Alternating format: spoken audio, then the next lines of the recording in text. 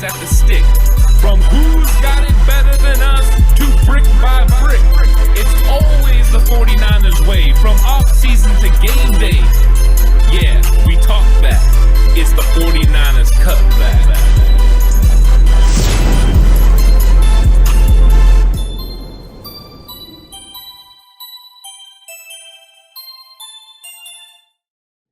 It's 49ers Cutback Podcast time, and we are live. And this is going to be exciting because we have a lot to talk about. The 49ers have officially finished their first block of practices. I like that. And they're on a day off, but we are not, because we're talking everything that is 49ers training camp. No, the grind doesn't stop on this channel. It never does. It's that's just non-existent here, right? We care too much about this team. There's too much going on. There's too many important things to talk about. And yes, you know, the day is off for the 49ers, but there's still a lot to talk about from what happened the other day, what happened on Saturday's practice, what's been going on just with this team. And I got to tell you, man, I like a lot of what I'm seeing. I'm laughing at some of the things that are being said and the storylines that are being promulgated. Yeah. But for the most part, training camp week 1 has gone according to the 49ers cutback plan anyway. Really focused on install, this group did. Not a lot of crazy things going on. They're just now starting to expand right into a little more complex stuff with play actions, letting Trey Lance get into his zone read packages and get comfortable with that aspect of the offense. And people shouldn't be freaking out, right? You don't see Jimmy running zone reads. You shouldn't be seeing Jimmy run zone reads. Actually, they ran the same play. It just Jimmy gave the ball. And he had a different read. He's also going to give the ball. They're also going to put him in positions, right, where most of the time if you're running a zone read look with Jimmy, you're not going to have him pull as much. Maybe in a situation on short yardage where you need a yard and a team knows if you're running some sort of look where the running back stretching across, that might be an outside zone look and see if people flowing more, and Jimmy might pull and keep, right, to get a yard or two. You're not going to put Jimmy in space, though, to take shots. No, and it's also a concerted effort between, and a really good pairing between D'Amico Ryans and Mike McDaniel to give looks to the defense, because they're trying to make the defense better, and for the defense to give looks to the offense. So the looks are going to dictate what happens.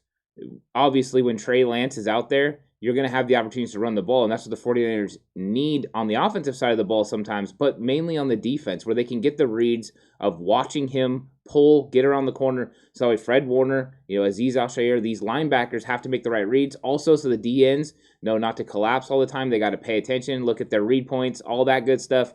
There's a lot that goes into it. It's more complex than just, it's time to read. And also this is the OTA install that we talked about. Remember when we were OTAs, everyone was freaking out because Trey Lance was running the Jimmy Garoppolo offense. We don't need him to run the Jimmy Garoppolo offense. We need him to run the Trey Lance offense. It's all a progression, right? You've worked inside the pocket. You did your 3, your 5, your 7s in the pocket. Those are your drops. And then now you're getting into play action. You're getting into your other things you're going to do that you work outside the pocket. Yes, you're going to see Trey Lance shine in these situations because he's a big, freaky athlete that can make a lot of throws because he has a big-time arm. That is to be expected, and right on time. The same response you got in OTAs you're getting now, which everyone is amazed at the ability that he has. And I think that is a fair assessment, a fair reaction, because he's going to wow us. He's going to do that.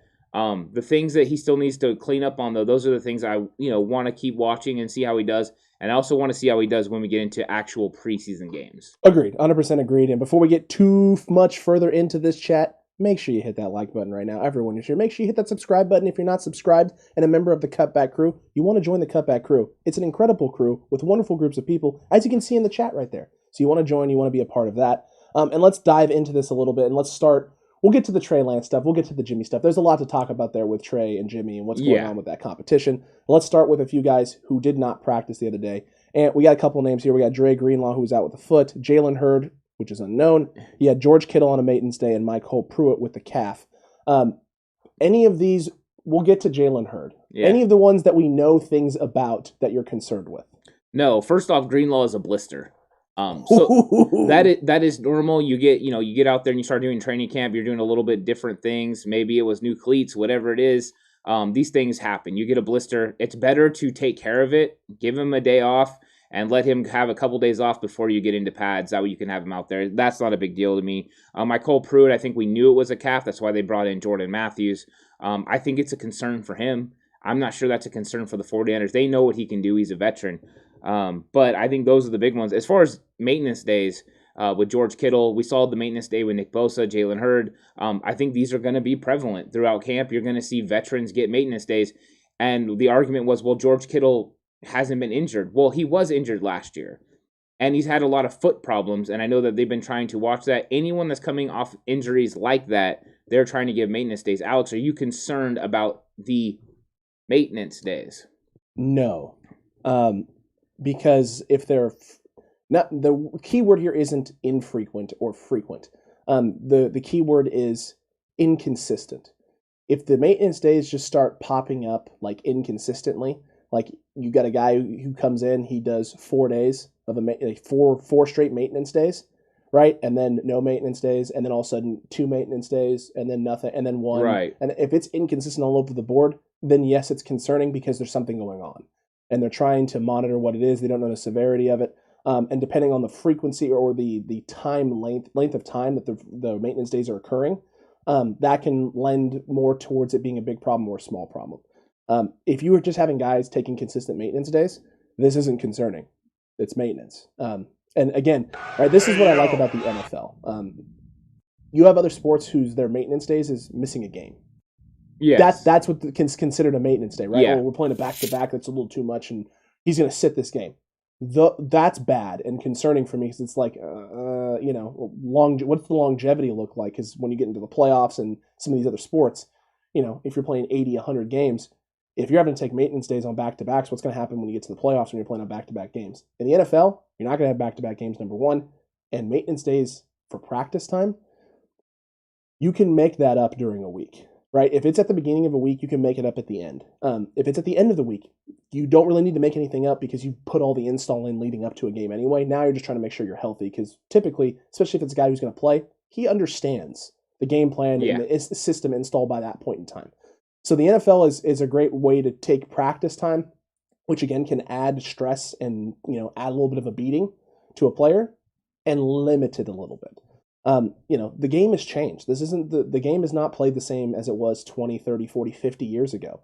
50 years ago, guys hit hard and things of that nature, but people weren't as fast, people weren't as strong. It was just different. It's a different type of beating that your body took. Now you got guys who are huge. They're ridiculously strong. Some of the strongest people in the world. Fast. Some of the fastest people in the world. And doing all of the hitting and the same sorts of physical violence that you see with football at that new strength and speed level. The human body can only withstand so much. So if you can find times during the week to give a guy a break just from running, because running and things of that nature, that breaks down your body just as much as taking a hit or lifting does. You give him some time off and not have to do that as often or as frequently, it's going to help.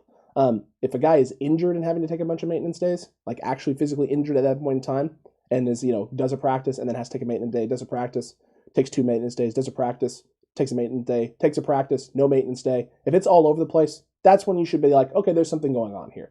But these guys aren't hurt right now. These guys are all just dealing with little nicked dings, and it's preventative. You've played football. You understand this. You've coached basketball, everything. Is the one thing that is a struggle is these athletes are going to get super sore when they first start. And no matter how much you've worked in the off season, you're going to get out there and the soreness is going to happen. And when you stack up 3-4 days of hard workouts, because right now these guys work out, but they have days off in between. It's just the way it is. They have to manage these guys, and they're trying to keep everyone, healthy and ready to go for the season. If we were in the last week or a couple weeks in to training camp and these maintenance days were happening more frequently, I would be concerned. But in week 1, I'm not concerned because you want these guys to get days off so that way they can rest and be ready for pads. Right now, does George Kittle need to learn the install? No, he knows it already. Does Dre Greenlaw need to learn the install? Does Nick Bosa need to learn, new techniques or the install? No, he's fine. You can, and his thing is that's the best part about Bosa's situation is he doesn't need to learn system technique stuff. He just needs to clean stuff up. Guess what? You can do that on bags, right? You can do that versus air. You can work on some technique stuff without having to do the physical 1-on-1s and the 11-on-11s and just putting his body through the rigor of contact and starting and stopping and trying to stop and change direction with a guy putting his hands on you and trying to force you one way. No need for it. There's no need for any of it right now. Just work versus air, work versus a bag, work versus minimal resistance. Work hard, obviously, and he's going to do that. And really try and push and test your body, but don't overstrain and make this over strenuous for certain guys. There's no point for it right now. Well, we can't have it both ways. I mean, the big thing coming out of OTAs was Kyle Shanahan needs to be better with injuries. Kyle Shanahan needs to manage these guys. And then when they're being managed, they've got to be on the field. What are they doing? So you got to have it one way or the other. You can't have it both ways. You can't. And these, sometimes people just want to have their cake and eat it too. And that's not cool. We need to let them manage. They obviously have a plan for each one of these guys. Mm-hmm. It's all going to be different. And we're going to get into another guy that just didn't show up at practice, which I'll kind of just kick into it, is Jalen Hurd. Unknown at this point because he had the maintenance day on Friday. Saturday he doesn't show up and the world burned because they didn't see him out there, and so obviously something terrible has happened to him. I don't know what his workout regimen is going to be, as far as I don't know what his recovery is. So if he was showing soreness, a lot of soreness, they might have pulled him for a extra day off just to make sure he doesn't do anything to strain a muscle or pull something, because they don't want this guy to get hurt. Because when you start overdoing it on one part of your body, then another part of your body goes. He's had the back, he's had the knee. They're going to be very careful with him, probably more careful than they are with any other player, just because of what he's come back from. So this wasn't too concerning for me.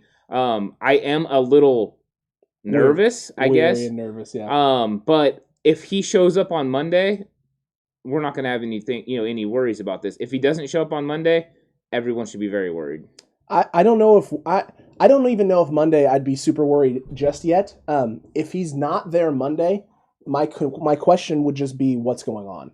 Like, I don't know if I'm worried yet, because for all we know, it could be a family emergency, or there could be something else going on, and that's why he's not there, and the Niners aren't going to disclose that. Yeah, it's personal, it's private. What will concern me is if we get through Monday and there's no word on him at all. Period. Like, there's no update. If he's not there and there's no update, that's when I would start to get like a worried feeling in my stomach. Like, I hope something hasn't happened. Yeah. In terms of him and his actual health, though, I don't want to be that person who overreacts. There's no reason to overreact yet, faithful. There's no reason to panic yet. We don't know anything. We knew he was supposed to take a maintenance day. He was supposed to be there Saturday. He wasn't. Not really anything said about it. So you just wait. You kind of just wait it out. That's all you can do. And listen, at the end of the day with Jalen Hurd, we've been without him. So this isn't a first time for anyone in this camp, anyone on this team, in this roster. I'm just hoping that, there's nothing serious going on. And this is just like you said, maybe he had some soreness or some tightness. And they're like, no, this isn't important. This is still week 1. It's block 1, as you called it, right? There's no reason to push it. Just stay home. Take the day, rest, recover, spend some time with family, do what you got to do. And we'll see you on Monday. Well, this could always been part of the plan too. You're gonna practice, 2 days. True. You're gonna get 2 days off.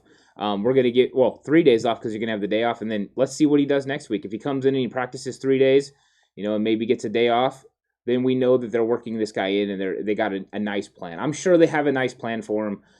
Let's just hope that everything is good and we'll be good. Yes, and Fable is 100% correct. That is a terrible position to be in if you're in football. I remember just playing in high school and you could be sitting in class and all of a sudden there goes the cramp and you're the one yelling out loud and everyone's staring at you as you're trying to get rid of the cramp. But there are other situations too that are bad situations when you have that soreness. Luckily, these guys have the best, trainers and stuff that can help take care of them, the ice baths, all that good stuff, things that we weren't afforded when we were playing, and all that stuff is available to these guys. I did see, I think Renee said, what's up, how's it going, welcome, appreciate you here. So, the injury things I don't think right now are really hitting the 49ers, right? It's all the normal training camp stuff. Sure. There's nothing that is out of line, out of hand. This is the normal stuff that's going to happen across the league where guys are going to be dealing with little tiny, just like with Maurice Hurst. He missed a day with a calf and he came back. These are normal things because you're going to feel tightness, you're going to feel soreness, and they're going to want to manage it early on in camp because, yes, they've been working out, but this is a different type of workout. It's finally getting into football shape, which is a real thing. Yeah, very well. It very is true. Also, almost forgot to say, Megan, thank you for the $3.99 super chat. Almost missed that. Almost missed that indeed. I was going on a rant when you sent it out, so we appreciate that a lot. Thank you so much. And Niners indeed. Niners indeed. Look, the other thing to talk about was defensive end Nick Bosa, right? Returning to practice after the Friday off. There were some reports, right, about the Saturday because people didn't see him at first when he first came out there. People were freaking out at the jump. He was at practice, so there's no reason to panic. He was. He was there, folks. He did what he was supposed to do, right? D. Ford and Kinlaw joined him for individual drills off to the side. Yes. As well. People are freaking out still about Kinlaw. Again, he's out there. He's working. He's doing stuff. People overreacting to him missing a day or taking a maintenance day, right? Just deep breaths. Well, I'm wondering why we're getting so worked up about them. They're doing individual drills, and then they're during team drills that are not padded. They're off to a side field doing extra work. I thought this was what we all thought was going to happen. We knew it was going to happen. This isn't shocking. Kinlaw was a little bit shocking, but after they explained what was going on with the knee, is like, this is what would normally happen. This is what you're going to do. This is a normal procedure when you have your knee, drained and your recovery. You have to go through this. It's all a process, and to me, it doesn't bother me that these three guys are off the field right now. Later on in training camp, if you see D. Ford still off to a field, don't freak out. That's how they're going to manage D. Ford this year. D. Ford has been practicing every day. That is a good sign. Yep. But they're managing him the right way. At Kansas City, when he was there, he didn't pretty much, do 11-on-11s or anything the entire season. Mm-hmm. Like, it's just not something he did. They have to find a way to manage him so he's able to go on game day. He's a football player, a veteran football player. He understands how to do it. So is this concerning to me? Absolutely not. This is exactly what I expected. Moving through training camp, you'll see Nick Bosa get in there on 11-on-11s and that kind of stuff. But right now, it's not a big deal. This is normal. This is week 1 install. These guys are doing the same things they did in OTA. That's why it wasn't important for Nick Bosa to be at OTAs either. It's not a big deal. If we get into the second block, the third block, the fourth block, and these guys are still doing it, the only one that can do it is D. Ford, but the other two will start getting in there. Agreed with you there. Look, there's other things going on too. There's not just these injuries, right, and these maintenance days and guys off on side fields and people freaking out about all of that. With some guys missing some time, there have been some players stepping up and shining a little bit, specifically on the D-line and specifically Contavious Street. D'Amico Ryans talked about him a little bit, talked about how great he looks. how this is the first time, right, in a training camp that he's been able to come in not having to recover or worry about an injury, able to focus on himself, focus on his technique, focus on his craft, and he looks like the best he's ever looked. I know this doesn't surprise either of us that Right. Kentavious Street is doing well because we've been talking about how well he's improved. Is there more to this, though, Ant? Yes. First off, it was the first off season where he didn't have to worry about recovering from an injury. I think that's important when you have a full off season like that where you can really focus on getting your body right. I know he's made a transition from worried about just getting super strong, which, he was a 700-pound squat guy. I mean, he's a crazy strength guy. Now he's went to more flexibility and, more one-legged work, stuff. So good to him. And then the other thing is he talked about last year, it felt like a rookie season to him, playing out there. He was just a little out of sorts. Wasn't as confident in his abilities, but he's coming this year really confident, and he gives a lot of credit to that to Chris Kasarik. Kasarik's been telling him, since the beginning, you've got the talent to play in this league. You could be one of the best. Also, not splitting snaps between outside and inside. Something they were doing with him and Solomon Thomas last year. This year, he's primarily on the inside. And Kinlaw being out is giving Kentavious Street the opportunity to play. Mo Hurst missed some time, gives Kentavious Street more time. Yep. These are great times for him to be able to step up and play. He's always had the talent. He's just never been on the field. Last year, it wasn't there. It didn't seem like he was all the way there. This year, they're saying he looks great. I can't wait to see him in person because I want to see how he looks on the field. But I guess he's been doing very well, so congratulations to him. And I'm looking forward to see what he can do and stack the performances, going through the training camp and preseason. Oh, I agree with you there. I am excited about the fact that this guy is stepping up, right, and playing better and taking the opportunity to seize the brass ring and seizing it. That's what you want with this D-line group because the more guys that are stepping up and playing at a high level, the better this room is, the more competition there is, and the less you have to rely on a single individual person or a single individual rotation. You can mix and match and give guys lots of time and lots of chances. And the more chances and more opportunities this D-line gets to shine, the healthier and fresher they're going to be heading into playoffs, which is where that pass rush is most important, right? Is getting pressure in the playoffs against some of these mobile quarterbacks, some of these elite quarterbacks, is what's going to give this team the edge it needs to go over the top and get that 6th Super Bowl. So Kentavious Street making the most of his opportunities, great. Needs to stay healthy. He's going to have plenty of opportunity and chance to because he's not going to be asked to take a whole bunch of reps, but he's getting valuable, important, I guess you could call them precious reps right now. These are very precious and important to his development and his ability to assert himself and establish himself on this roster as a guy they have to keep in this 53-man roster. Not only maybe keep, but keep in the rotation, right? Be an important piece in the rotation. And I liked hearing that from D'Amico Ryans and from just with what Kentavious Street is doing. The fact that now he's getting to focus on one spot, right? We've seen run skills development on the offensive side have moments, right? Have flashes and then kind of stunt a little bit because he's had to jump around so much. Right. If he's able to focus, we all believe he can get much better and be a solid, potentially center in this league or guard in this league. And he'll always have the ability to play the tackle spot. The same thing goes here for Kentavious Street. He's able to kind of dial in on one spot and be a guy who can play in one position without having to bounce around a bunch. It's going to help him with his technique, his development, comfortability in the system, and what's expected of him. The question is going to be who's not going to make this roster from that D-line, one. Because Kentavious Street was a guy that we thought was on the bubble. And now it looks like, he might be pushing his way onto this team. And that interior defensive line is absolutely stout. I mean, it is one of the best, if not the best in football.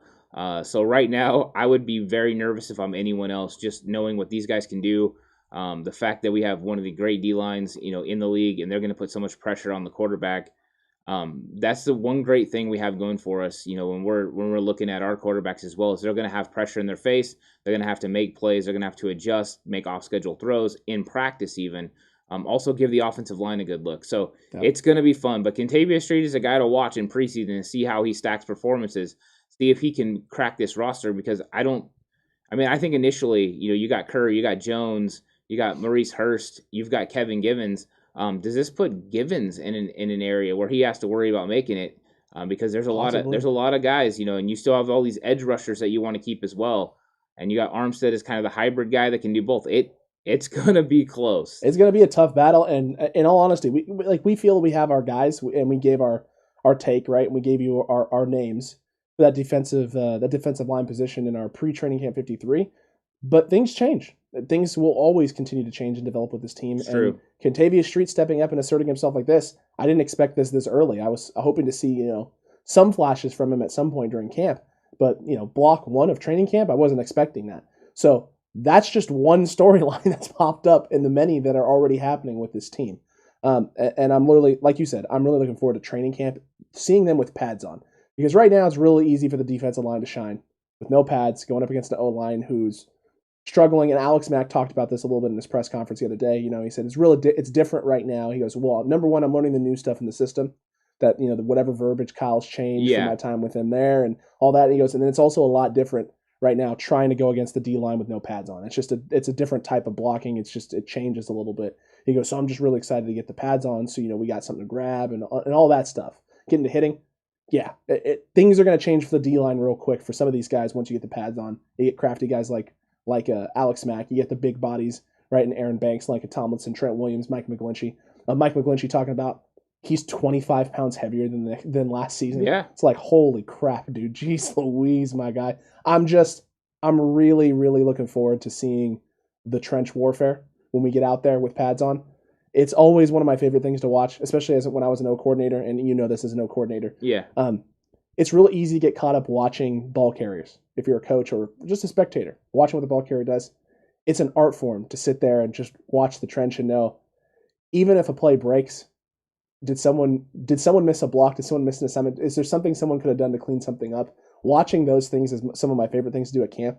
We're going to have to deviate, who's watching what. Yeah. Because I feel at times there's going to be times where we're going to want to watch ball carriers or watch Trey Lance or see Sermon or Most or whatever. And then there's going to be times where you and I both are going to be wanting to watch the O-line and Horst is going to be wanting to watch the O-line. It's going to be like, okay, guys, we got to divvy up responsibilities here. We can't all watch the same thing. We're going to have to divvy it up. But that's going to be the fun part is us actually going to a camp together. This is the first time we'll ever do this.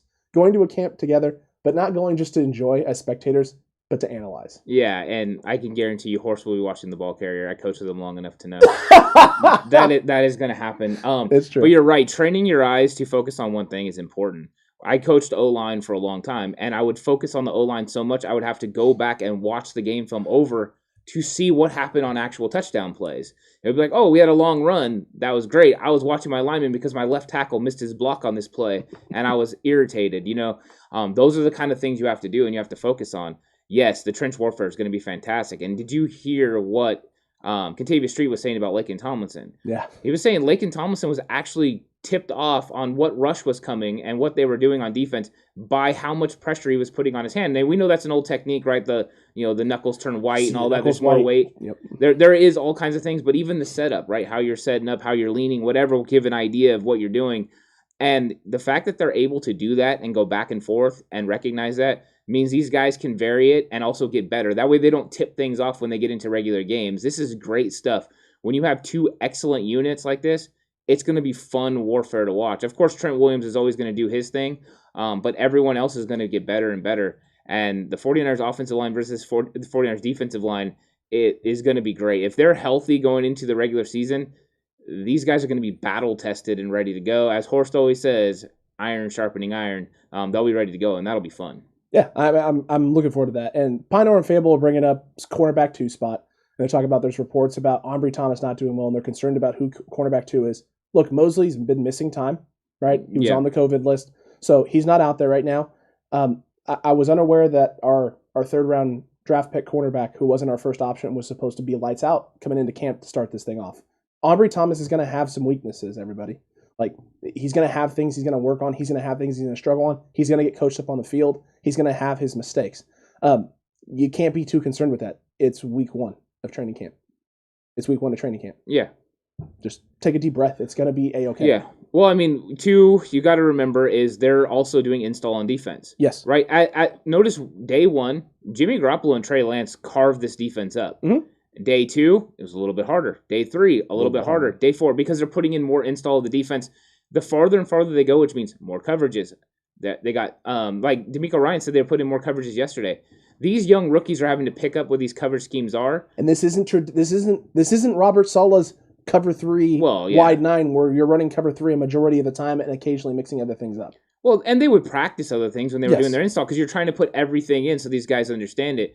But right now, think about it too. You're not allowed to be real physical with a wide receiver. You don't have pads on. So there is a lot of things that go into this, but these guys are learning right now. I didn't expect Ambry Thomas to have a instant impact in week 1. It's can he close the gap as we get going? And that's why I think everyone was comfortable with Emmanuel Moseley as the starter. There were people that thought Ambry Thomas was going to push. I'm not one of those guys that thinks Ambry Thomas is going to be able to start over Emmanuel Moseley this year. Not this year. No. I honestly thought that this was Emmanuel Moseley's spot. That's why even early on I thought maybe they could bring in another corner. So that's why they're looking at it, but to me, this isn't a big deal. This is what you expect from rookies. They're going to make mistakes in training camp. For as long as I can remember when I went to training camp, rookies always struggled. You got the ones that were elite talent that didn't, but even those guys had mistakes. If you go back to early on, 1981, Ronnie Lott had trouble at camp.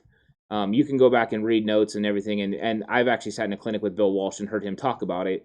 And all these guys had little struggles because they're all trying to pick up new things. It's different than in college. Everything is different. And let's not forget, too, that you can have rookies who struggle early on and get, beat and burned and look really, really bad early in the year and then can get better and develop as the year goes on.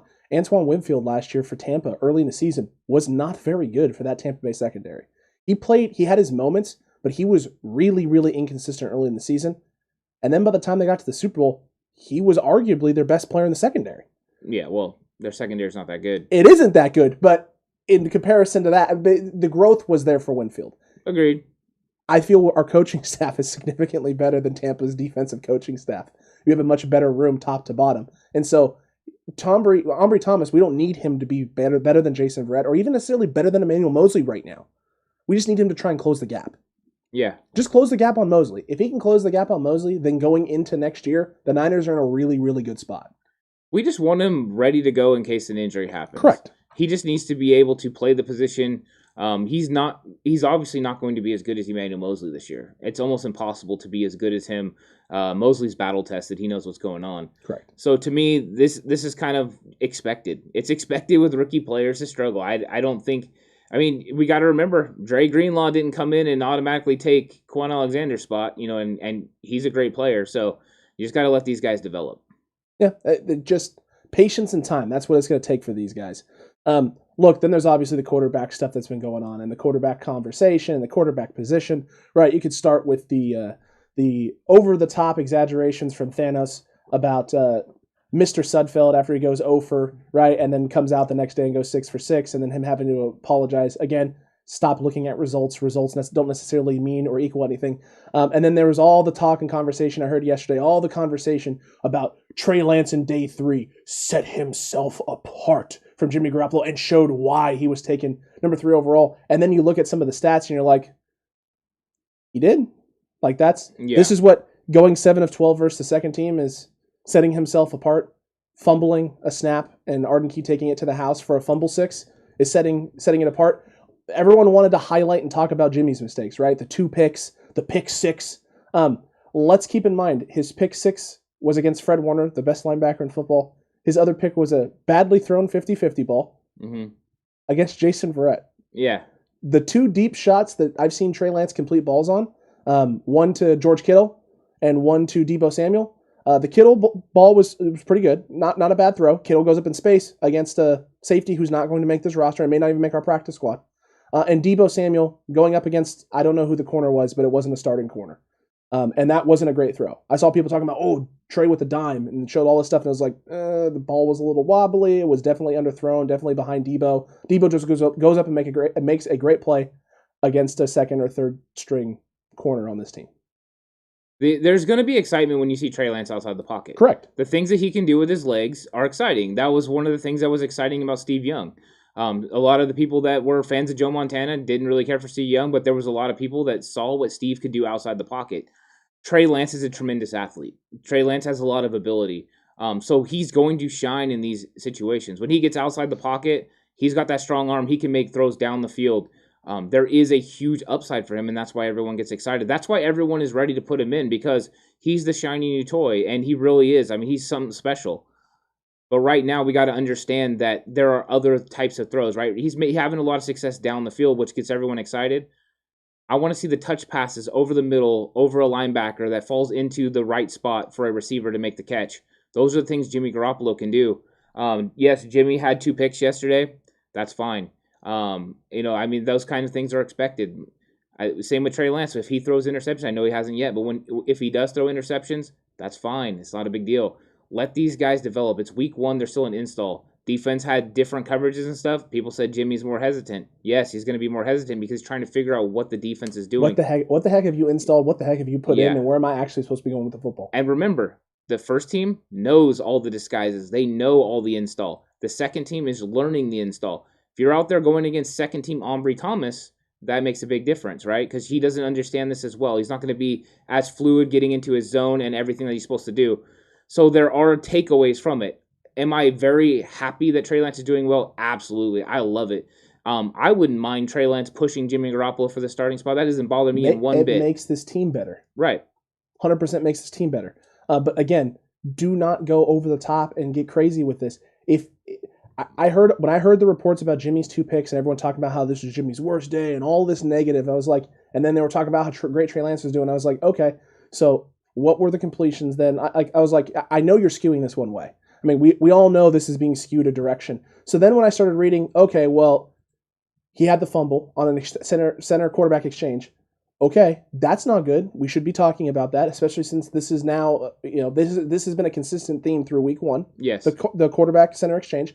Do I think this is a sign of a bigger problem? No, because it's too early. But, I mean, if we're being honest about our reporting and our discussions, this is something that people should be talking about because it's been happening. It's continued to happen, and this one specifically resulted in a touchdown for the defense and Arden Key. So it should be talked about. It should be discussed. Both Jimmy and Trey are struggling completing consistently passes, right? Being in that 50 to 60% range is where things are going right now, and 7-on-7s and things of that nature.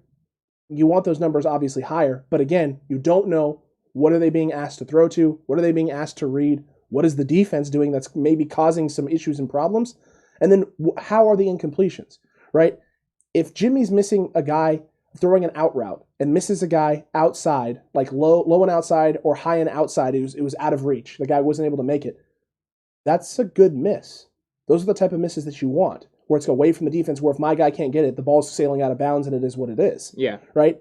If he's missing inside and the defense is getting a hand on it and it's almost a pick and an incompletion, well, now we got some concerns and some problems. Same thing with Trey Lance. When he misses his deep balls down the sideline, is he missing it towards the sideline, right? Towards the sideline, a little bit outside. It's just a little too far, a little further ahead, and just, it goes out of bounds. That's a good miss. You want it. If you're going to miss, that's where you want to miss.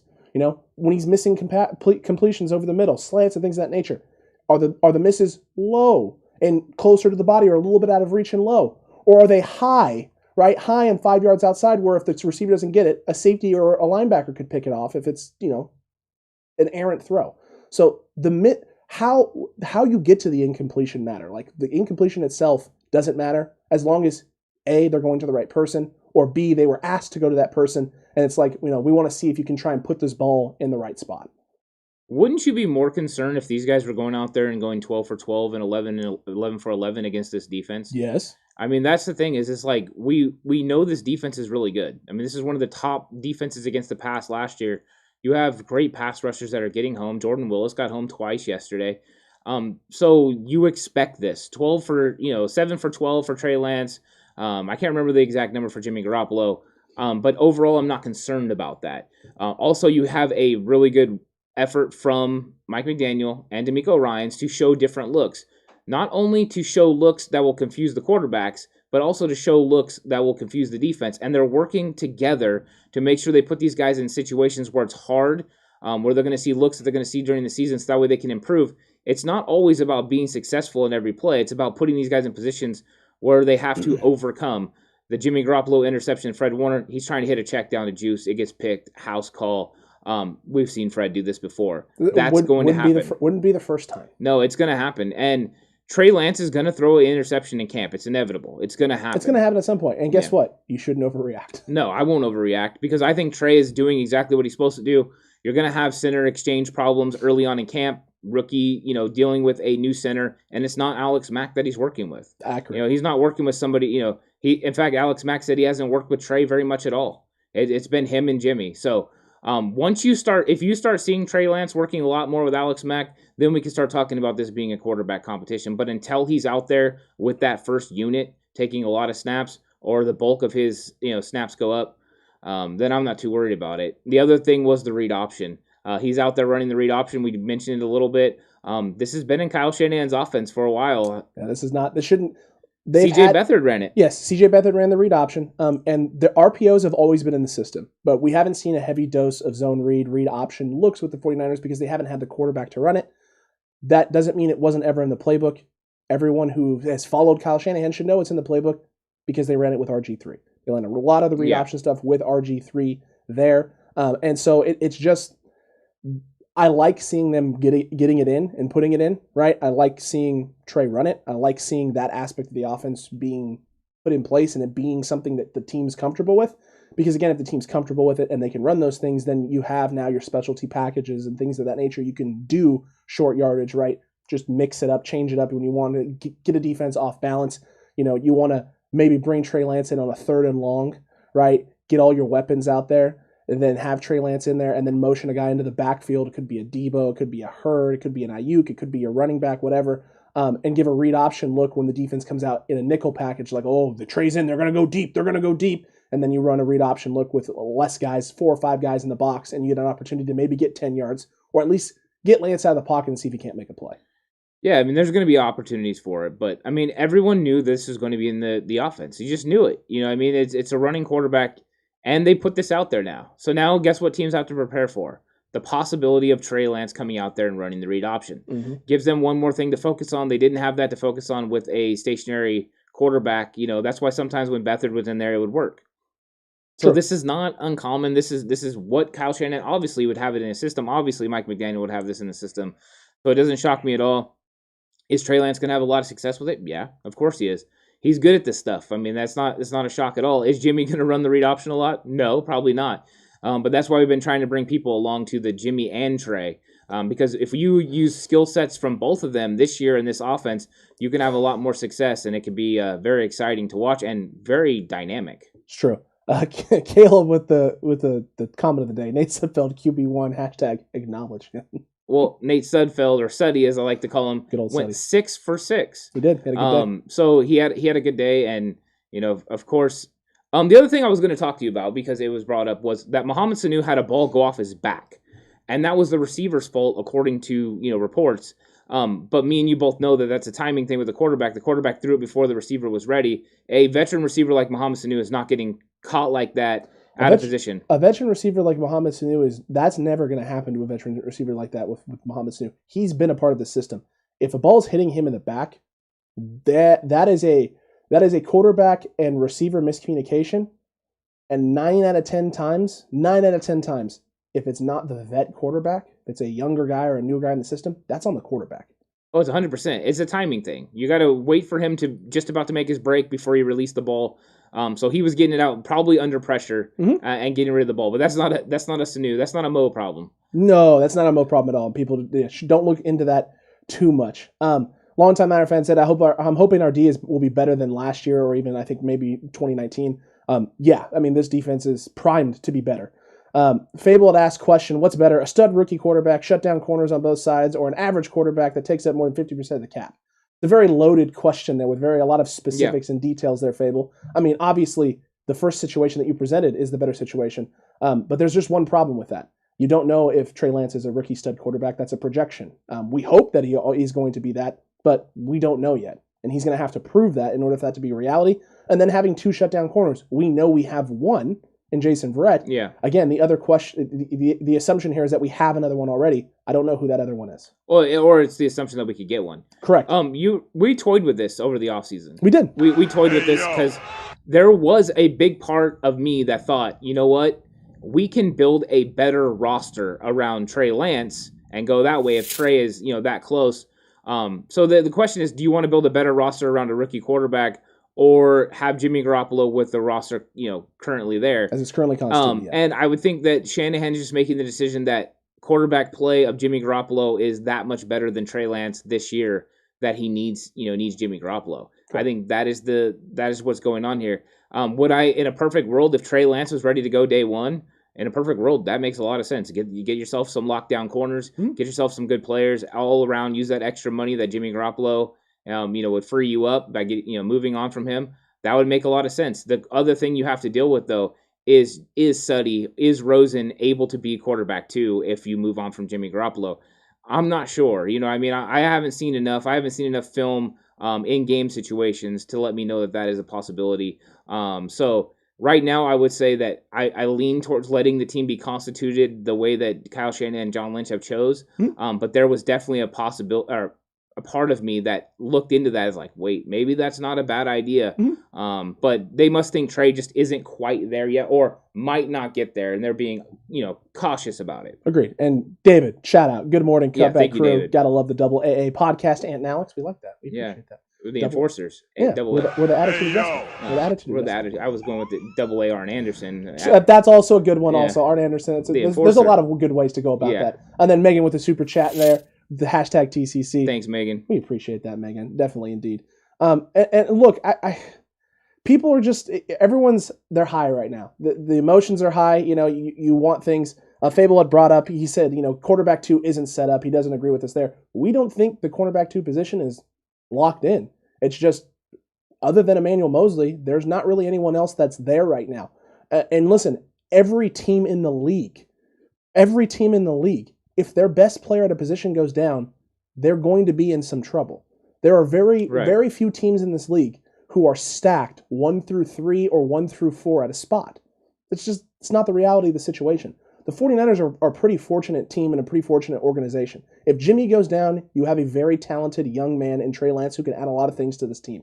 If Raheem Mostert goes down, you went and added additional running backs and pieces to make sure this room is deep, right?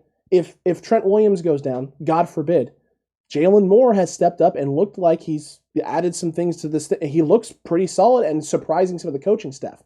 But again, every position, our D-line is stacked. If we lose some guys this year to injury, and God forbid it's not Bosa or frickin' Ford or Ebukam, but if you lose some guys in some other spots, it's going to suck, but it's not going to suck as bad. We're pretty fortunate in that regard, in that respect.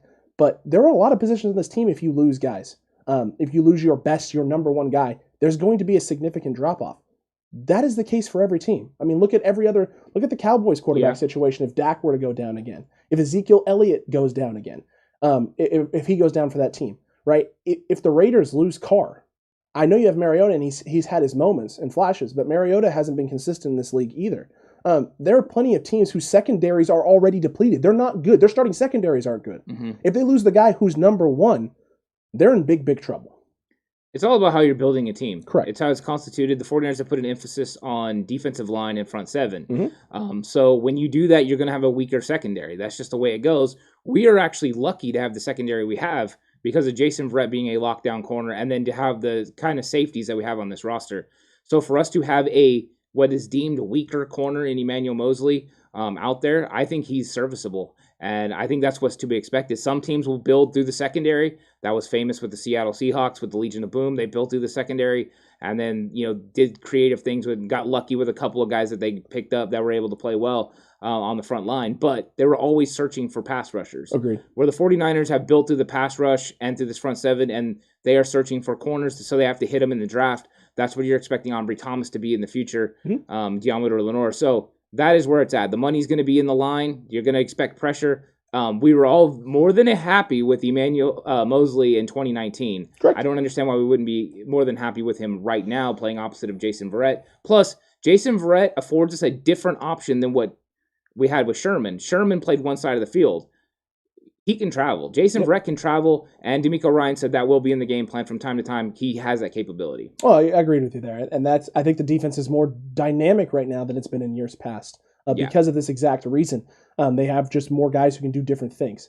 And Antonio brought up a great point. He's been saying, because people are in chat right now is going crazy with the Jimmy Trey debate and all that fun stuff. And we like the passion chat. Oh, yeah. We appreciate the passion. Some of you weren't on the same boat as because we're in the Jimmy and Trey boat. Right, we're in the Trimmy. The Trimmy boat? There we go. We're in the Trimmy boat. We want both of them working in unison to make this offense better right now. Some people don't feel that way, and it is what it is. Fine. But Antonio had said when Trey Lance is ready, it'll be Trey Lance's job, and 100%. Jimmy won't be. That's what it's going to be. Yeah. The question will be is how long does it take for him to get there, and then how quickly does Shanahan want him to progress to there? If Shanahan wants him to get there this year and he's taking the steps, then Shanahan's going to allow that development to occur and allow the takeover to eventually happen. If Trey is getting there, but he's having some things that he's struggling with, or there's some things that Kyle wants him to work on, then he's going to make sure that progression is slow, it's not rushed, and there's no pressure. Because for a rookie quarterback to come in, if you have the weight of the franchise on your shoulder, there's been a lot of rookie quarterbacks that have come in and thrived. I kid. There hasn't been a lot of rookie quarterbacks that have come in and thrived. Those are generational talents. The Lucks, the Peyton Mannings, the Tom Brady, and even Tom Brady, Ben Roethlisberger, yeah. I mean, those type of players are generational talents. They don't grow on trees. They're not in every draft. Tom Brady didn't come in. He wasn't a world beater when he came in. He just didn't make mistakes. He played solid, consistent football, took care of the football, and the defense did a lot of the work. Yeah. But he eventually grew into that, right? He grew into that guy who could handle it. But he wasn't the face of the franchise when he came in. That's not what he was brought in for. There have been guys like Peytons of the world, the Andrew Lucks of the world, the Ben Roethlisbergers of the world who came in and became the face of the franchise right away and held on to that. And there's also been just as many guys drafted in the first round who were expected to be the face of the franchise going forward who couldn't handle it and couldn't get it done and fell by the wayside. Right? That has happened just as many times. Alex Smith had a very, very rough start early on and then eventually came into his own. Aaron Rodgers got brought in the best situation possible, not having to be the face of a franchise, having a Hall of Fame guy in front of him, and him being able to just take his time, learn, and to know that eventually my time will come and I'll get to prove everything wrong to everybody else. Trey Lance is in a situation right now where, no, you don't have a Hall of Famer in front of you, but you have a quarterback who's taking you to a Super Bowl. He knows how to get you there. He was also on a bunch of teams in New England that went to Super Bowls. So to sit there and say that Jimmy doesn't know how to win the big game or doesn't know what it takes, Jimmy was a part of those rosters. He knows what winning a Super Bowl feels like. He also knows what the preparation looks like, and he's gotten to one now himself. He wants to get over the hump and get one for himself that he led the team to, and he can give Trey Lance a lot of insight into that. This is a wonderful situation for Trey Lance if we let it fester and let it grow. Don't rush this. The 49ers are going to do whatever they can to get Trey Lance ready. They're going to be working him to make sure he develops and gets ready. And once he's ready, it doesn't matter if it's week 1, week 5, week 7, week 12, week 16, he will take over because he's a better talent overall than Jimmy Garoppolo. But it could also be 2022, which is my belief. I honestly believe that that's what it's going to be. I think Trey's going to develop so much this year, and he's going to be, by the end of the year, just a world beater. But I think that we just got to give it time and let these guys, they have a plan in place. They know what they're getting with Trey Lance, and they're going to get him ready. Jimmy Garoppolo is going to be Jimmy Garoppolo. Mm-hmm. He is. You know what you're going to get from him, and Trey Lance's upside is bigger. But Jimmy can get you to the Super Bowl. Yeah. Jimmy can win that game. I honestly believe that. I'm not going to fall off from the fact that I believe that in 2019. I believe that now. He can win the game. It's all about health. It's all about health with Jimmy Garoppolo. And it is a team sport. Let's not forget that we had a lead going into that fourth quarter, and we let some things slide, and some calls went against us that made it hard to hold on and maintain that lead. Don't also forget in that Super Bowl, folks, that Jimmy threw the big long pass to George Kittle down the sideline at the end of half that would have put more points up on the board and would have potentially kept us having a lead late in the game had the refs not called a very awkward pass interference call. So, things just didn't roll that way for the 49ers in that Super Bowl. The 49ers did everything they could to win that game, and they didn't get the calls. The ball didn't bounce their way, and Mahomes made some plays late with some help from the officials to keep the pocket alive and allow him to do some things that, 49ers fans were frustrated about that he didn't get to do in the 2020 Super Bowl. So, again, if you look at what happened in 2020, that Super Bowl with Tampa Bay and the Chiefs, that 49ers front seven is better than their front seven. Chiefs also didn't have any offensive line against Tampa Bay. And I don't know how much of that offensive line is that much improved for them. I know they added some pieces. They went out and got Becton. Right? Oh, they're a lot better. They're a lot better, but we haven't seen it yet in full fruition. No, but they're a lot better. I think that when it comes down to the Jimmy Trey thing, it's it's crazy that, we are going to have a quarterback controversy. People just got to get used to it because it's going to be, continued by the media because the media wants, Trey Lance out there. They want this to happen. And I think a lot of fans do too. And that's okay. It's okay to want this guy out there. I've had players that, the 49ers drafted in the past and I wanted to see him out there. I remember when they drafted Crabtree, I was super excited they got Crabtree. I wanted Crabtree. I remember that. And then, he kind of had the little bit of a holdout and then he came in and I was super excited to get him out there. So I understand the excitement. And I just want to make sure that Trey Lance is ready when it's time to go. As far as I just want him to understand the playbook and be confident when he's out there. And if he is, then I'm good with Trey Lance. But until that time, it's Jimmy Garoppolo's team. And if I was a coach of this team, I'd be approaching it the exact same way. I have zero problems with the way Kyle Shanahan is dealing with this. He's doing what he feels is best for his team to be able to compete now and compete in the future. That's pretty much what you want from your franchise and from your coach and from your front office is to give you an opportunity to compete now and compete for years to come. And that's what this team is being built to do. It's just that. This team right now is designed to have success now, currently as it's constituted, but then also be able to move on from certain players and guys like Jimmy to make way for younger talent who can hopefully add more to the team or do more for the team short term and for the future. Yeah. Because that's what you want. You want to leave yourself the flexibility to have all of those things and do all those things. It's true. So chat, man, you're going crazy. A couple people are getting real Super Bowl in chat. I like the Super Bowl takes. As a fan of Super Bowl takes myself. Let's hear some of these Super Bowl takes. Well, you got Jimmy is the fourth best quarterback on the roster from Pioneer. That's bold. Fourth best. I'm just gonna quote. I'm just gonna say this. No. He also said he's a better Trent Dilfer. Okay, Trent Dilfer won a Super Bowl. Yeah. I know he had one of the greatest defenses of all time. Yeah. But Jimmy Garoppolo is a better player than Trent Dilfer. I'm sorry. But that is I don't know why that is a slight. If you can lead your team to a Super Bowl using the talents that you have, that's fine. Yeah, and especially since Trent Dilfer had a very long career. And Trent Dilfer also didn't have a quick release like Jimmy Garoppolo. No. Mike Kenny here. Prejudice against Jimmy Garoppolo stems from fantasy football gurus. Yes. That could be 100%. A lot of it does because the numbers don't translate in fantasy. He doesn't put up big fantasy numbers. Therefore, he's not an elite quarterback. It's also highlighted so many times that the 49ers are run first and he hands off a lot. Mm-hmm. You couple that with the injuries, and I think that people just automatically are not fans of Jimmy Garoppolo in that way. And also, I mean, he is a good-looking guy, so maybe there's some jealousy there. I don't know. That's usually what happens with a lot of the good-looking gentlemen. That happens a lot. He had also mentioned Pioneer and Luke had both mentioned Cousins and feeling that Cousins is better than Jimmy Garoppolo and would be better in the system than Jimmy Garoppolo. Maybe. Possibly. Maybe he's better. I don't. That is the thing. I don't know. I haven't seen him in 49ers offense with Kyle Shanahan. We've seen him in Washington for 1 year with Kyle Shanahan. Shanahan obviously was interested in that, but let's all remember they traded for Jimmy Garoppolo.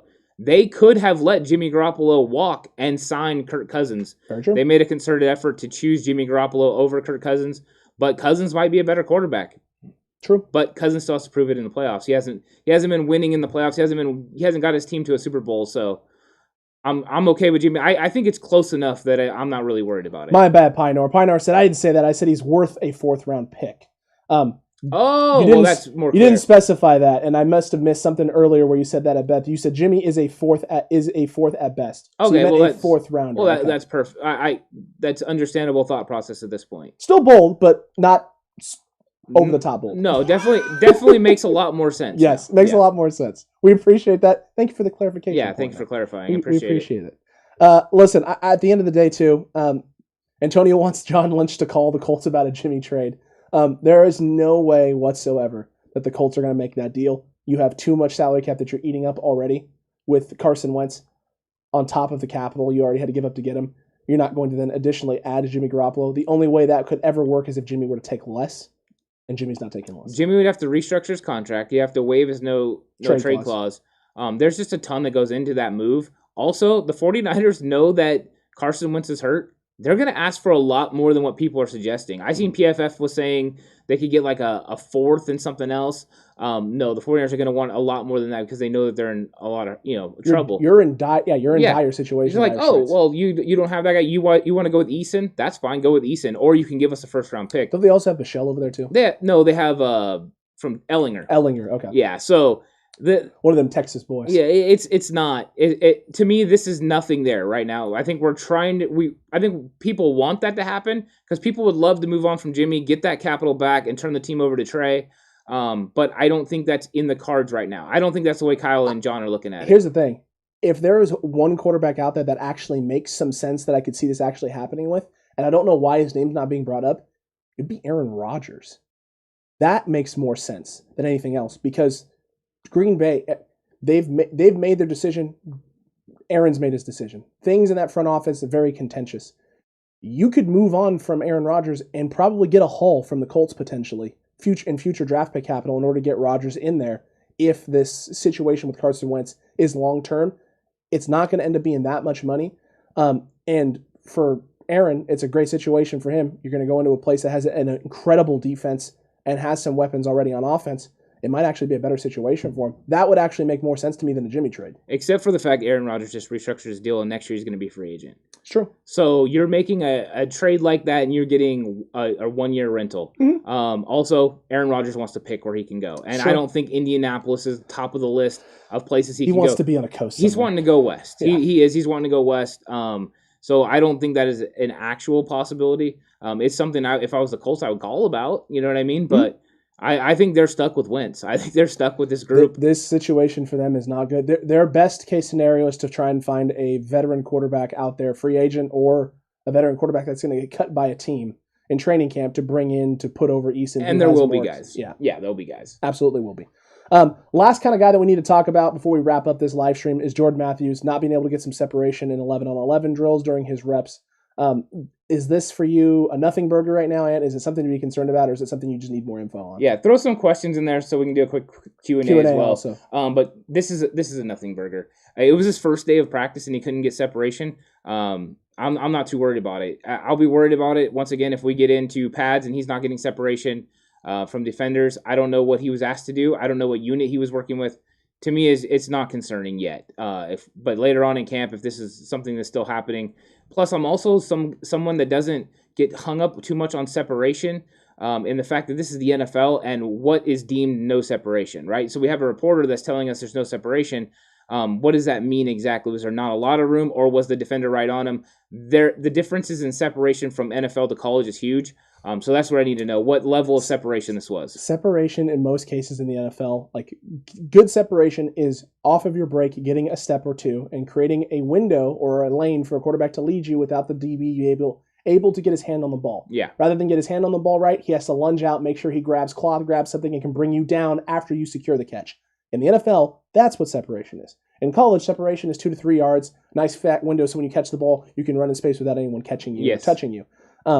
So if he was able to get a step on a guy and then just wasn't able to pull away from him, I hate to break it to folks, that was never Jordan Matthews' strength. That's not something he's going to do. That's not what he's going to be asked to do. He's going to be asked to be a possession guy. He's going to be asked to be that bridge between Kittle's playmaking and Dwelly's being a possession guy. Be the bridge between those two things. Be slightly better as a receiver and being able to get open, right? But be able to secure the ball and get some additional yards more than Dwelly. But we don't expect you to do it at George Kittle levels. Yeah, and I want to see what the concept is going to be and how they plan on using him. Yep. We'll get more into that as he gets more used to playing in the system from that tight end position. And then we'll get an idea of how they plan on using him and what they plan on doing. As the install finishes, and they finish this install this week, then we'll get to see the offenses out there playing chess against this defense. Everyone's going to be trying to work against each other, and that's when it's really going to get exciting. What is up to Monica for jumping in? Awesome. Good to see you. Always as good to have always. you come back here. But there is, still questions. Now, the one thing with Jordan Matthews is we talked about Mycole Pruitt possibly being gone, but it wasn't Mycole Pruitt that they cut as a corresponding move. It was actually Benny Fowler, which I know surprised some people because we had people that have been telling us Benny Fowler was going to make this roster, and Benny Fowler is not going to make this roster. No, he's not actually going to make it out of the first week of training camp. Yeah, so he's gone. So I think that shows what they think their strength is as far as the wide receiver position. So that was another interesting corresponding move. Yeah, I agree. And Monica, shout out. I mean, everyone here. We've seen a lot of new names today as well, which I love. I love that when we get more members of the Cutback crew. Megan asked who we're most excited to see at training camp. We all know who Ant's most favorite person in the whole wide world is, and that he's most excited to see, which would be one Jalen Hurd. Yeah. Is there anyone else, though, that you're super excited to see? This year, or I would say this year. This year when we go, specifically when we go. I think I want to see Trent Williams. I want to see him in person up close, because I appreciate him on film, but sometimes seeing someone in person, the way that someone that size is able to move is going to be fun. And then I think George Kittle, just the energy that he brings, and all that stuff, and he'll be playing it up with the fans. I think those are two guys I really want to see, and I do want to watch these quarterbacks. Mm-hmm. I mean, I'm not exactly an expert, but I have done a lot of classes and stuff on quarterbacks, so I would like to see, and I want to see where Trey's motion is looking, and how Jimmy is operating. If he's double clutch, if he's not stepping into his throws, all that stuff that I will, be truthful about. I'm very critical as a coach, so.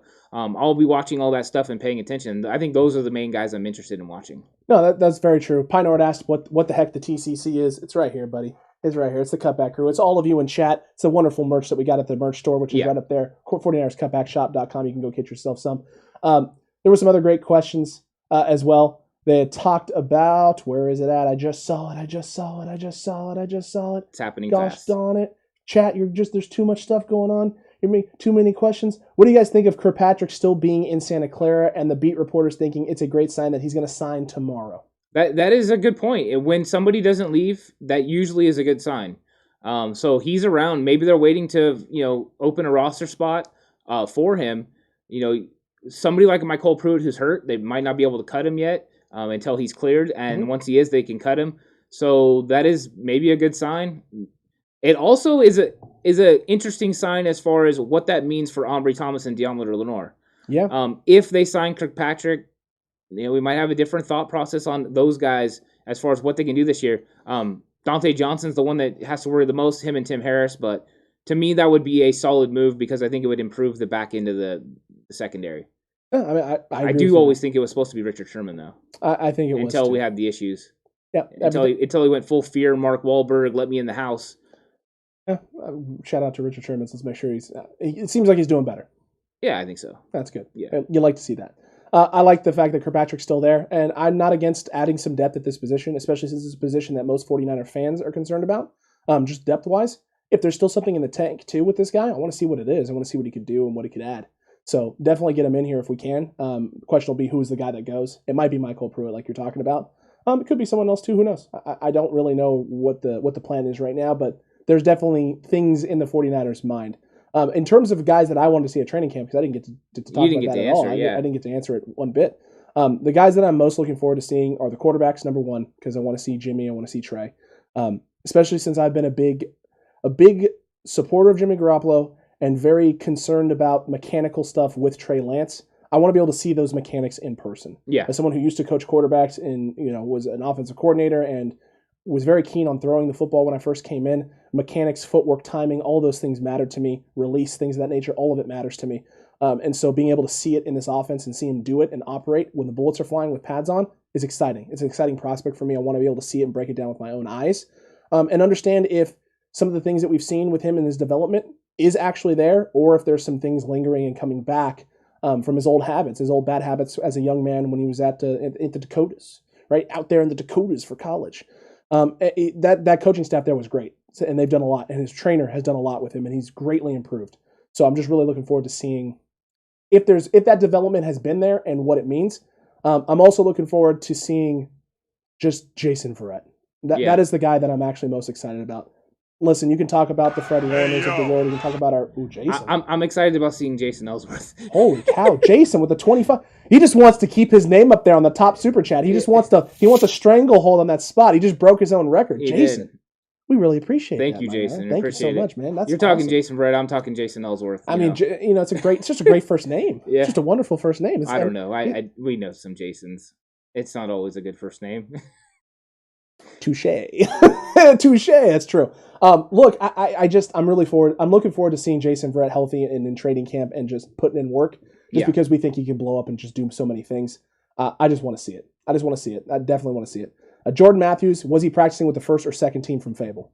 That I'm not sure. I just heard that. I'll be honest. I got a little bit of stuff from Matt Miyoko where he said he wasn't getting separation.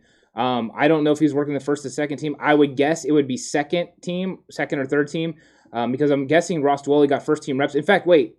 Let's look into it. He did get first team. Ross Dwelly got first team reps. Sure. He caught the ball 25 yards down the field from Jimmy Garoppolo over the middle. Mm-hmm. That is another thing about Jimmy Garoppolo. He did actually complete 2 passes over 20 yards, so we can all be excited about that.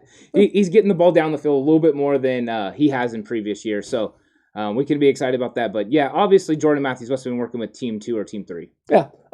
Renee asked, will Elijah Mitchell make the 53-man roster? Yes. I agree with you. Yeah, I don't even think it's a question. He's good. He's really good, and he's also going to play gunner on special teams. He's going to be an impact player on special teams, so he's going to make this roster. They're not going to let this guy go. The speed is there, so I don't see it. Right? I agree with you there. I agree with you. All Niner fans want to see Jimmy and Trey do well. Why not both? From longtime Niner fan, agree with you. That's what our whole mantra has been.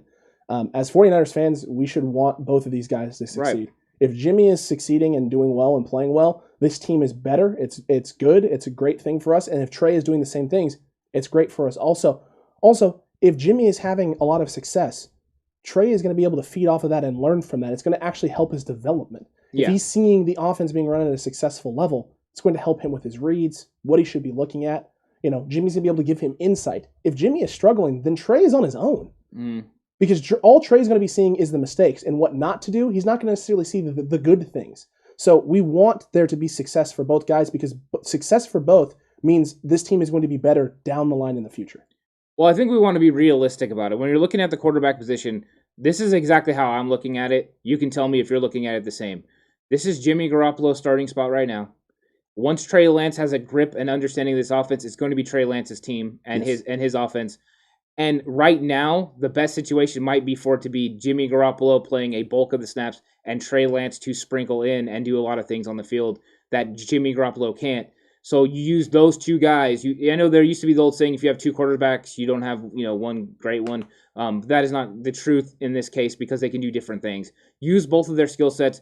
One thing Kyle Shanahan does better than anyone is use people's skill sets to their advantage. That's why you don't see Deebo Samuel going downfield a lot. He did things underneath and got the ball and was able to be successful. So using both these guys at the same time, not on the field at the same time, but at the same time in a game, to me makes the most sense. And then when Trey is ready, he'll take over. Yeah, and that's just the natural progression of this. So just be patient, 49ers fans.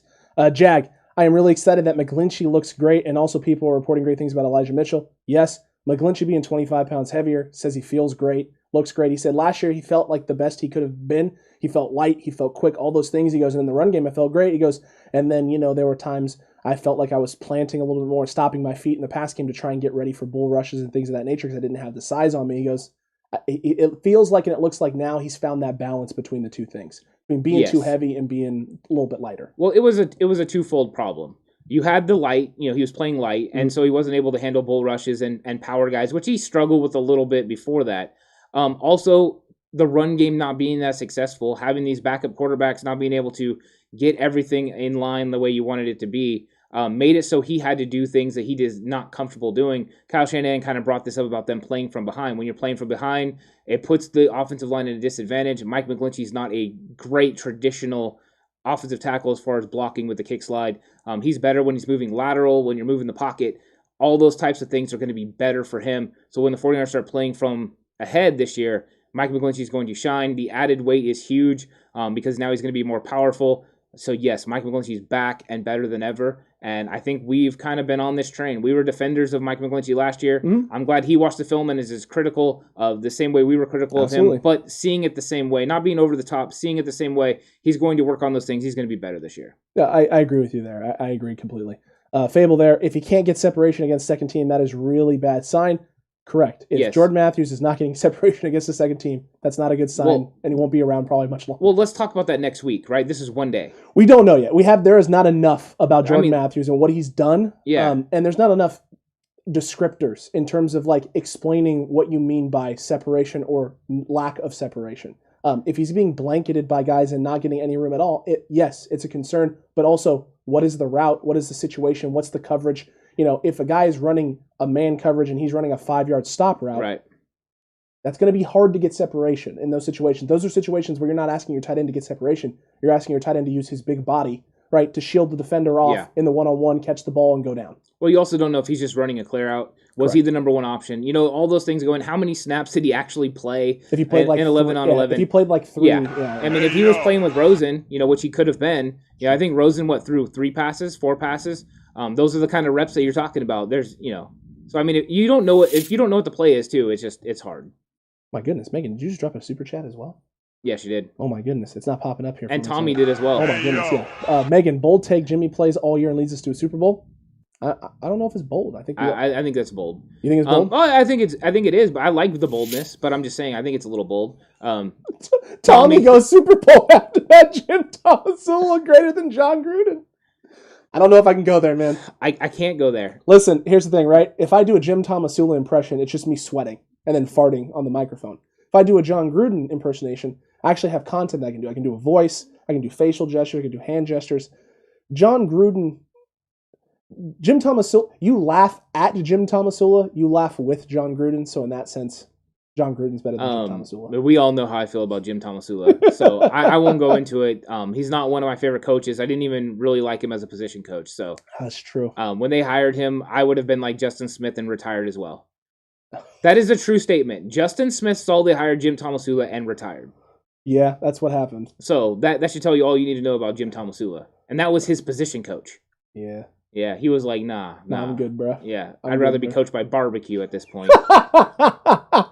It's true. Yeah. It's true. Like McGlinchey has looked good. I mean, listen, at this team in this training camp, there are just so many things to talk about. And there's already a lot of things coming out to discuss. And it's only the first block of training camp. We still got a lot of time. And preseason games still that are coming up. There's still so much content to talk about with this team and so many things happening. I'm just so glad it's finally here, man. I am too, and I'm glad pads are getting ready to ratchet up. Yep. You know, we're going to get into some real football. We're going to get into some real contact. This is where the big plays happen. Right now, lots of guys can look good in shirt and shorts. We 7-on-7s. As a coach, we did 7-on-7s, and you would be out there and be like, man, that team looks good. Then you play him in the regular season, and guess what? That corner's not able to be, you know, he's not physical. He's not able to do what he needs to do. And, you know, it's a lot different when you get on the field. And this is a saying is you punch someone in the mouth. When you do that metaphorically, you know, with the way you run offense, and that's what the 49ers do, it changes things. So when these guys get into pads, it's also going to change. I want to see who the dogs are, who's going to step up. This might be where Deommodore Lenoir and Ambry Thomas start stepping up a little bit. True. This is where these guys can be physical. Yes, 11-on-11s are going to be more exciting. You're going to see which running backs don't get taken to the ground. That'll be something to watch with, like Elijah Mitchell. If he's somebody that doesn't get taken to the ground very easy, I know they don't go to the ground in 49ers camp, but you still hit people hard. It will be interesting to see how these guys respond and play with pads on. It does open up a different part of the game. Yeah, I agreed with you 100%. Jagged asked, do you think Shanahan's going to use Trey inside the red zone against certain teams in special packages? Yes. 100%. Yes. Since the day he was drafted, we've known this. I mean, I think I would be shocked if he didn't. I mean, because there's no offensive coordinator in the world that doesn't look at Trey Lance's skill set and go, you know what? I need to use that guy in certain situations at least, because he might not be able to operate the full offense at his highest potential, but he can operate some of it at a high potential, and high ability. So yeah, you take advantage of it. Why not use a 6'5", 240-pound beast to put a lot of pressure on the defense? That's accurate. That's accurate. Yes. Yeah. You want that. The red zone offense for the 49ers is going to be ridiculous when you get these weapons out there. It's going to change completely from what it's been. Last year was not a good barometer of what the potential of that red zone could be, because you had no Jimmy, the running backs were hurt, your line was hurt, George Kittle was out. Like, you just didn't know Jalen Hurt. There was nothing.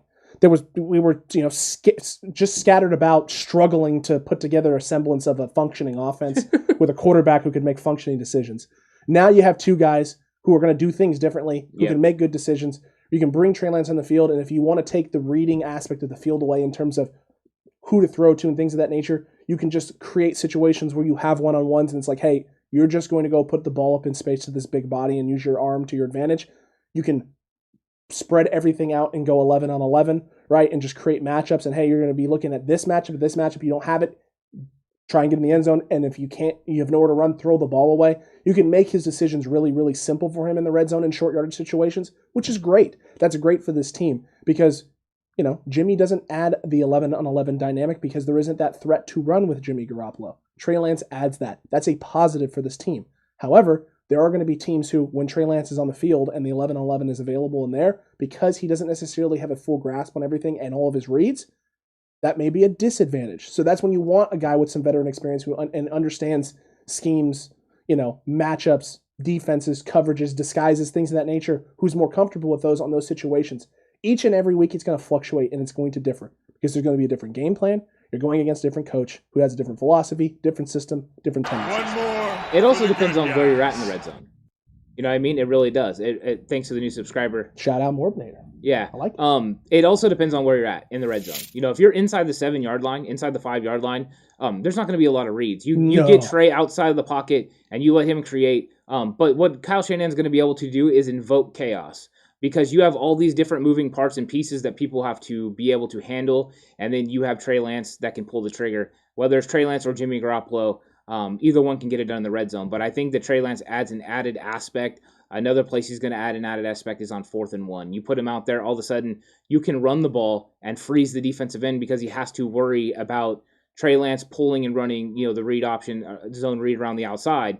And now you have one less defender that can, go after Raheem Mostert or go after Trey Sermon, and you can get vertical and get that 1 yard. So you're going to see Trey Lance in those situations. It just makes too much sense not to not do it.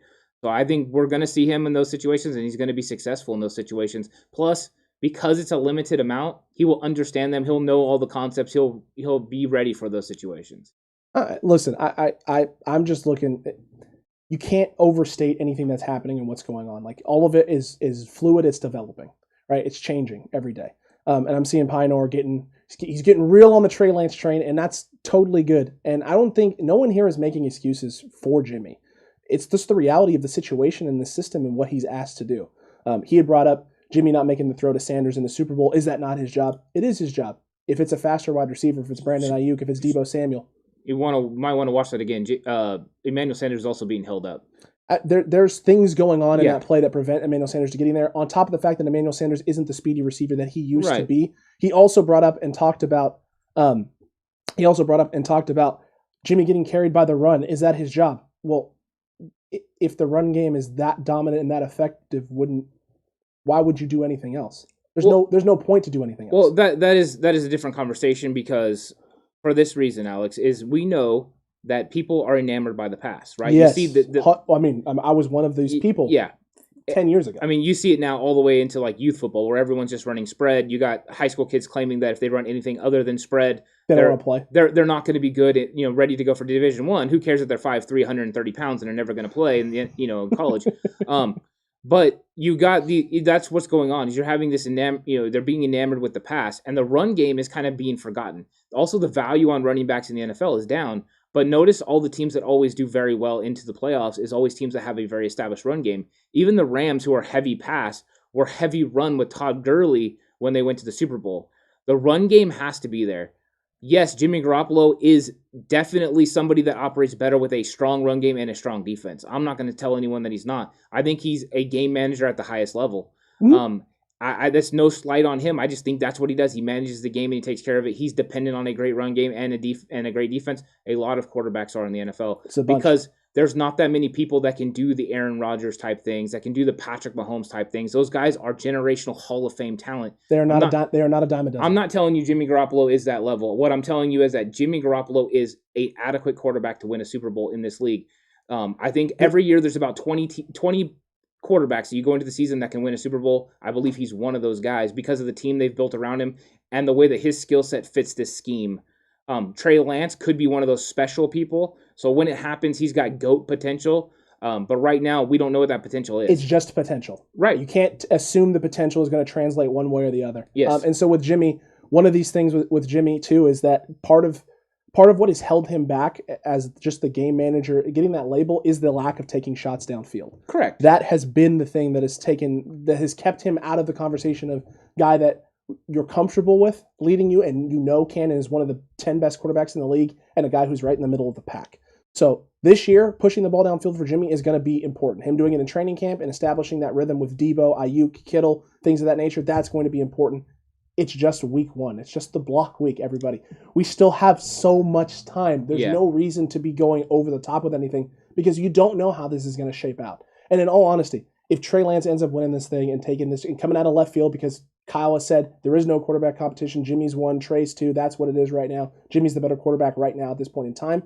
This is the thing we've been harping on since we drafted Trey Lance. This is most likely what it is for 2021 and 2022. Trey is going to be the better quarterback, and it's Trey's team, and Jimmy's gone, and we're going to trade him and get something back for him. If it happens a year early, no one here is going to be upset. No. The cutback crew won't be upset. No. We're not going to be upset. 49ers fans shouldn't be upset. This team is now 1 year ahead of schedule. If at some point Trey Lance is a starting quarterback, that means, because I have faith in Kyle Shanahan, that Kyle Shanahan has decided that Trey Lance is the better option. And if Trey Lance is the better option, that means he's better than Jimmy Garoppolo right then, which means we have a better opportunity to win the Super Bowl than we had with Jimmy Garoppolo. I'm completely okay with that. But I'm also an understanding person to understand what it's going to take for Trey Lance to get to that point. And it has nothing to do with physical tools. Nothing. Correct. It's all about picking up this offense, feeling comfortable in this offense, feeling comfortable with the reads, getting the ball to the right reads while also managing turnovers. If he can do all those things, he will beat out Jimmy Garoppolo. Right now, it's not a competition. At some point in preseason, this could turn into the Russell Wilson situation where it becomes a competition. Mm-hmm. Difference is, this is Jimmy Garoppolo ahead, not Tyrese Jackson. Yeah. That's the difference. But it is still there. I don't think any one of us are steadfast that it has to be Jimmy no matter what. I think we're just looking at it from a clear prism of what is actually going on. We're trying to look at this through the prism of a coaching staff and building a team. We're not trying to look at this through the prism of, potential. Like potential as a coach, you have to weigh, and a GM, and when you're building a team, you have to weigh potential of a player and a prospect with the reality of the current situation. Yeah. Potential means that the person has the ability to be greater than, or, whatever it ends up being, whatever that potential is set at, or whatever you think that potential may be.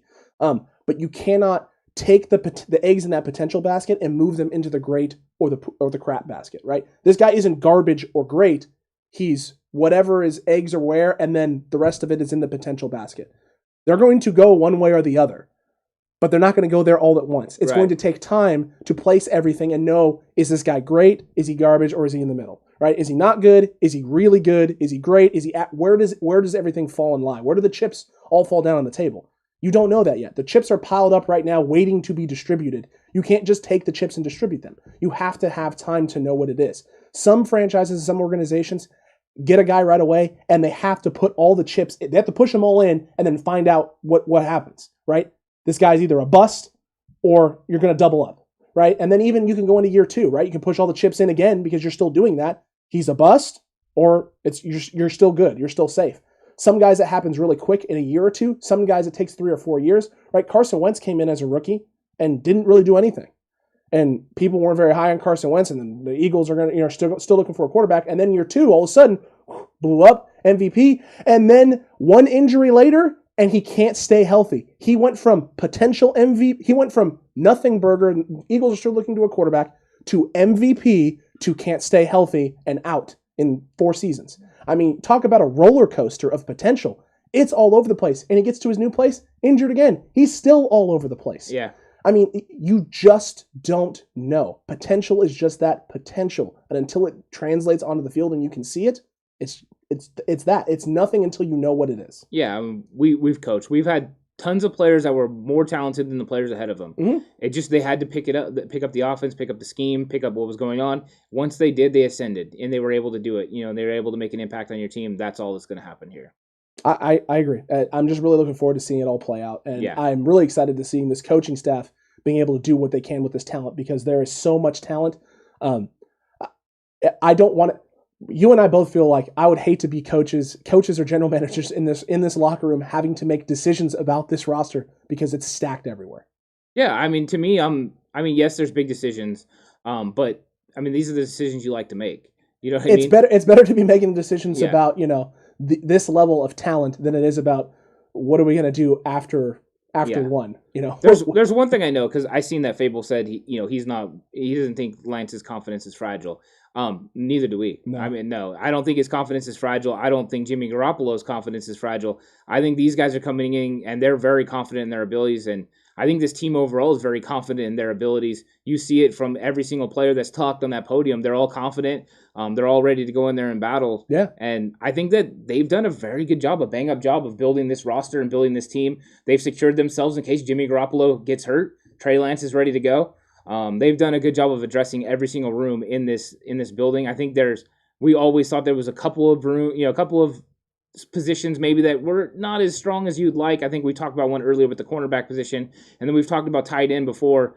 They went Jordan Matthews. We'll see if that sticks. I still would have preferred Delaney Walker. Maybe there's something in his medical that they don't like because he hasn't landed anywhere. He's an older guy, so true. But hey, let's see what happens. Let's see what shakes out with some of these moves that they've made. Yeah. And Fable, Lance will benefit more from live action than sitting out 2 years in a row. You agree that he's going to benefit from live action, but does the team benefit?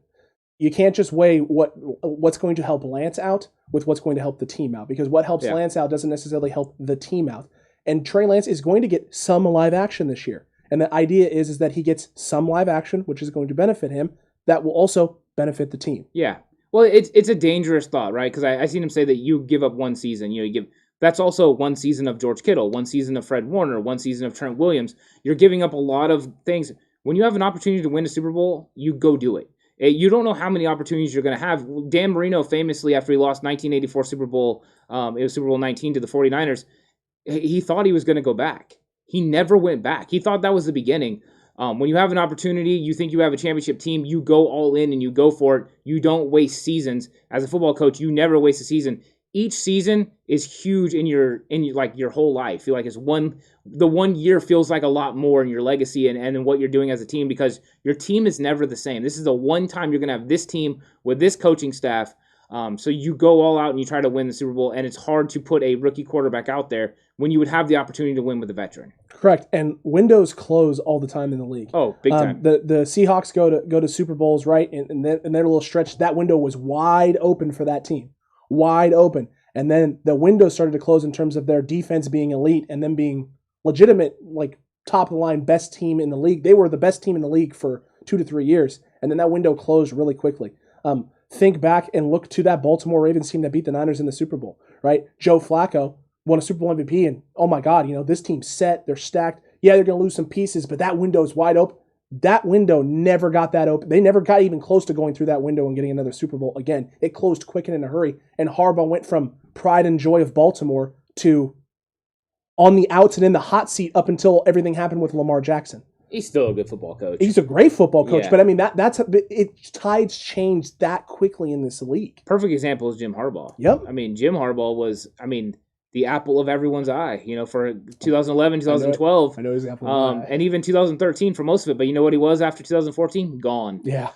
Things change in the NFL. It's just like Jerry Glanville said, it stands for not for long if you make the wrong decisions. So these guys are weighing these decisions. They're sticking with these plans, and they're doing what they can. It's a hard thing to grasp. When do you start the rookie quarterback? There's a lot of different thoughts processes on this. Do you go the Peyton Manning route and you start him right away? You let him make a mistake, throw over 20 interceptions in a season, or do you go the Aaron Rodgers route? I think it depends on your situation of quarterback. Peyton Manning went to a very bad team in Indianapolis, where Aaron Rodgers got to a nice team in Green Bay. True. Trey Lance is going to a very nice team in the 49ers. They're a lot better off than that Colts team was in 1998. So it's a big difference, and it makes a big difference. David, if we can agree on one thing, it's definitely that Pynor is totally indecisive about the quarterback position. Indeed, he's not set one way or the other at all. I love that a lot. Hey, this was great. We went a lot longer than we thought we were going to go, but hey, that is what it is. Chat, you were fantastic. You're part of the reason why we went as long as we did. Great conversation, as always, Cutback crew. We really appreciate it. There's still a lot of things to talk about with camp. There's still a lot of things just to talk about in general. Make sure you're subscribed if you haven't already and hit that notification bell. That way, if we decide to go live just on a random day to talk about training camp or things going on, you're here and notified right away, so we can keep having great conversations, and the Cutback crew can keep throwing out their viewpoints and what they're thinking, because it leads to wonderful conversations like this morning. What was supposed to be a 30-minute discussion turns into an hour and a half. And you know what? I'm all here for it. Ant's all here for it also. I am. And thanks, Luke Luna, for the super chat. We really appreciate it. Absolutely. He said, 49ers, I'm just happy the quarterback isn't going to be a problem this year. The blitz will help the secondary, and I see positive things for the 49ers and 49ers for life. Yes, we agree with that. We really do. Thanks to everyone for jumping on the live stream. The comment section was fantastic. I love having the different takes. So everyone that had a different take, whether you were with Lance or with Jimmy, you had other, perfectly good questions. We love it. You're concerned about Kinlaw's knee. You're not concerned about it. I love it. Jalen who, whatever it is. Yeah, we're here for it. So, bring that every single time. Bring that energy. It's okay to have these constructive conversations. Keep that energy all season long, guys. Yeah. You got to keep that energy all season long. That's what makes this team so special. That's what makes this fan base so special. Cutback crew, we love you, 49ers fans. We love you also. And you know what time it is, Alex? Let's chalk another one up. Catch you all on the flippity flip, 11 a.m. tomorrow. Make sure you're here. We'll see you then.